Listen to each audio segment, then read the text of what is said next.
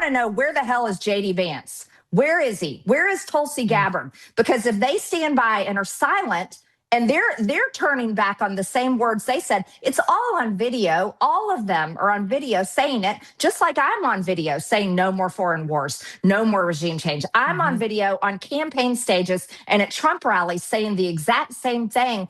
But where's JD and where's Tulsi? Where is Vice President J.D. Vance? We are on day 8 of the United States and Israel's joint war with Iran, and Vice President Vance has only posted 2 to 3 times on social media since the beginning of this war. This is coming from a uniquely loud and argumentative vice president who was all over my Twitter feed arguing about every other issue, was more than happy to argue in favor of Venezuelan regime change, in favor of ICE killing U.S. citizens. He was getting in arguments with my friends on the timeline about ICE and Renee Nicole Good, but now J.D. Vance is suddenly quiet and can only muster up a post about the 6 dead service members that he had to attend a dignified transfer for. Now, of course, J.D. Vance is a former service member who is known for being very anti-interventionalist. Like actually anti-interventionist, not just Donald Trump's fake faux America First that he flips on a dime. It seems like J.D. Vance has a genuinely principled stance against going to war with other countries for no reason, which is one of the only, if the only principled stance that he possibly holds. But backing up, we are now on day 8 of the United States and Israel's joint war with Iran, and the scenes coming out of the country are quite apocalyptic. Last night, the reports are that the United States and Israel bombed a major oil depot. After the airstrike, oil spilled from the depot onto the streets. There was a tall black cloud reaching into the sky that was seen. The oil then began to enter the sewers and the drainage system. And as I'll show you in a video in just 1 second, there were walls of flames on the highways of Tehran because the oil was on fire and it was reaching down the streets. This is the first major hit on Iran's oil infrastructure in the war. And this refinery apparently is responsible for 20% of their oil, which would be a massive, massive hit. What an insane, insane sight to see this smoke cloud reaching into the sky. In this next clip, you see the oil getting lit on fire in the sewers throughout the street. There are walls of fire down the streets of Tehran. The United States and Israel has created an apocalyptic war zone, and Donald Trump is claiming that the war is over and we can wipe our hands. It is clearly not over. Here is Frederick Plekin from CNN, who is in Iran. He's one of the few journalists, if the only journalist, who was given access to go report on the ground, and he reported that it was raining oil in Dan this morning. Then we'll talk about J.D. Vance's involvement, or I guess lack of involvement in this all. He's only really showed up for one quick interview, and then the dignified transfer after 6 soldiers died. This is what Tehran is waking up to this morning. The sky above the city is covered in very thick black clouds. You can see that everywhere. That's the west of the city over there, and this is the north of the city. Normally, if you look to that direction, you could actually see the Alborz Mountains, but now all of that is also covered in clouds. That comes after major airstrikes in the south and the west of the city happened last night, where oil installations were hit, oil storage facilities. Apparently also a refinery might have been hit as well. And now you can see this morning that the sky is still very dark. We saw thick black plumes of smoke in the sky yesterday. There were massive fires in the south of the city. But I want to show you something else, because it's also raining. But you can see that the rain water is actually black, also saturated, it appears, with oil. And then if we look over there, you can see that the water that's running down here also is black. So that's what's coming down this morning, this sort of oil-filled rain that we have right now on the Iranian capital after the strikes took place. Absolutely insane scenes coming out of Iran, and Donald Trump just posted, the United Kingdom, our once great ally, maybe the greatest of them all, is finally giving serious thought to sending 2 aircraft carriers to the Middle East. That's okay, Prime Minister Starmer. We don't need them any longer, but we will remember, we don't need people that join wars after we've already won. This may be the worst form of leadership I've ever seen. I hate our own president after reading this. How are you going to start a reckless war, or rather get pulled into a reckless war by Netanyahu? And then after US service members died, you're going to patronize and be smug towards allies who are genuinely just trying to help. The United Kingdom was like, hey, we can go support you guys for deterrence if you want, because we just want everyone to be safe here. And Trump's like, well, no, we don't want people to join wars after we've won. As Trump is posting this is what Tehran, the capital city of Iran, looks like. What do you mean we've won? It seems like you guys are still actively bombing them, and Trump is actively going to the dignified transfer of service members who died in this active war. It is very clearly not over.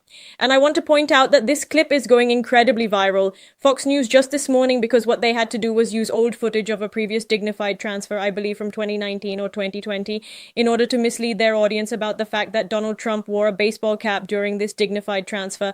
Let's check JD Vance's Twitter and you'll see Donald Trump wore a baseball cap during this.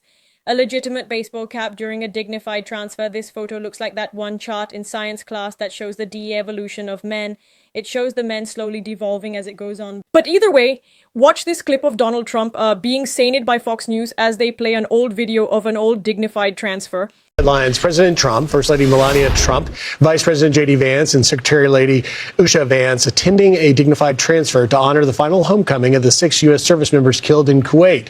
The solemn ritual returns the remains of troops killed in action. It is considered one of the most somber duties of a commander-in-chief. President Trump promising the nation that they will all be remembered as heroes. The only problem is this is very clearly from a previous dignified transfer. And you can look no further than JD Vance's own Twitter account in which he shows Trump in a completely different outfit. The Atlantic says, in some sense, Vance is suffering the typical fate of the vice president who is forever on display but seldom listened to. This is something that commonly happens. The vice president is on display and is paraded around for these types of events but is never really truly listened to. This is a major come down from the role he once seemed likely to fill. Vance's nomination as vice president was not a concession to the Republican Party of old, but a promise of the Republican Party to come, of Trumpism after Trump. Instead, he has receded in importance in the past year, less essential to economic policy than Treasury Secretary Scott Bessent, less influential on immigration than Stephen Miller, less persuasive on foreign affairs than Marco Rubio and Special Envoy Steve Witt. That may help explain why after the Iran strike, Vance ended up alongside not Trump but Tulsi Gabbard, who, like the vice president, seems out of sync with the administration's policies. This is referring to when J.D. Vance was not in the Situation Room with Trump and Marco Rubio. He was not there with the big boys. He was in the Situation Room with Tulsi Gabbard. Tulsi Gabbard is the one person in the administration who is as vehemently anti-intervention as J.D. Vance is. J.D. Vance's anti-intervention is honestly just dumb. I'm just going to say it. It's dumb. There is a big difference between being, quote, anti-war and being so anti-intervention that you likely would have said the US should stay out of World War II, therefore leading to a Nazi takeover of all of Europe. I mean, intervention sometimes is incredibly necessary. Just see World War II. Here is Marjorie Taylor Greene making the exact same point that I'm making in this video. She said a few days ago, where the hell is J.D. Vance? Where is Tulsi Gabbard? They're turning their back on the words they said. It's all on video. I want to know, where the hell is JD Vance? Where is he? Where is Tulsi Gabbard? Because if they stand by and are silent and they're turning back on the same words they said, it's all on video. All of them are on video saying it, just like I'm on video saying no more foreign wars. No. Now they're making the exact same point that I am, which usually would scare me if Marjorie and Megyn Kelly were making the same point. But in this case, we're totally right. J.D. Vance, despite his public-facing alignment with the administration, is absolutely against this behind the scenes. Now, the reason why he is publicly supporting this administration is because that's what the vice president has to do, especially in a time of war. Yes, this is a time of war. We are going to war with the Middle East. J.D. Vance can't just contradict the president openly. That's not even how it usually would work under Biden or under Obama and Biden or under Clinton. Like, no other president is going to openly be arguing with their vice president while a war starts. Now, what is happening is the administration members are contradicting each other publicly because they're all just absolute idiots. But Vice President J.D. Vance has opted for silence. He posted a few days ago the Save America Act. This is one of the only posts he's made since the war started. These posts, and then he did go on Fox News to say this won't be a forever war. The one time he did go on the news since this started was just to clarify that this will not be a forever war. So he was actually trying to reel everybody back and say this will not be one of those forever wars. When J.D. Vance went on Meet the Press with Kristen Welker last June to speak about this, he made it very clear that he does not want regime change. He does not want to protract this. He does not want a forever war. It's very clear he's just intrinsically repulsed by the idea of another forever war in the Middle East. Anybody who is age 20 to age 50 roughly, many people in the audience who are in that age range and even older, of course, can just point to the utter destruction we caused in the Middle East in the mid-2000s and beyond and use that as a framework to not want another forever war. If you appreciate these videos, drop a like, subscribe. I'll see you in the next one.